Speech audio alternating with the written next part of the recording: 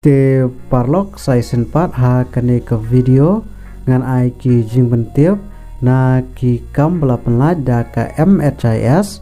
Megalia namanta ki post jong ki pharmacist ka PMAM ha ki PRO namanta ka walk in interview te sapet ya kane ke video hadu banda kod ba pniu ya ki detail ba kamnya kum ki nomor ki post ka jinsiu ka keran pule bat komno ban apply te parlok lada pidi ibadang thamai ha kane ke channel sngam bhab na ilaj ya kane ke video bat ban share shaki parlok ki jong phi bat kum juro ban subscribe ya kane ka channel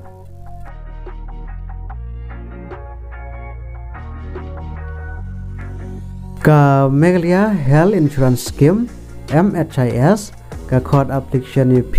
na banta ka walk in interview namanta ki post jong ki pharmacist ka PMAM ha ki PRO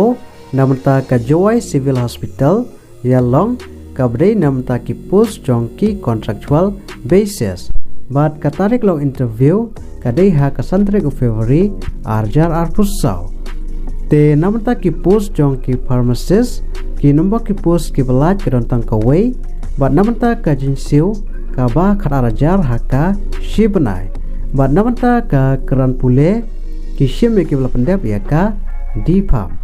bat namanta ki post jong ki PMAM ha ki PRO ki nomor ki post ki belaj ki don ar post bat namanta ka jinsiu ka ba nyojar sanspa ka shibnai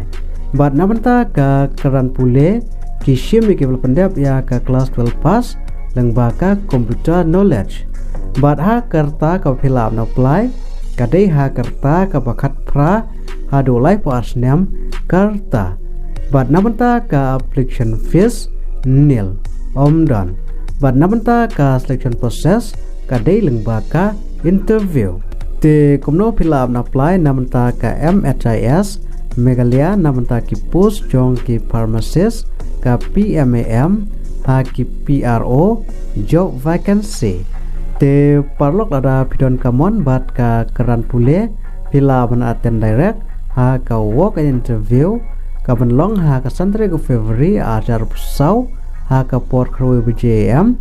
ha ka office jong ka superintendent Joy Civil Hospital Yalong bat ki dokumen ki ba pihak bonwanra ki long ki original dokumen ka standard application form lengba ki attested xerox dokumen te parlok ha kane ke video tang kini jimen tiap bat lada pidon kono kepat ka ba pimpat sai ba sngewa ban komen ha kane ka video kubleshibun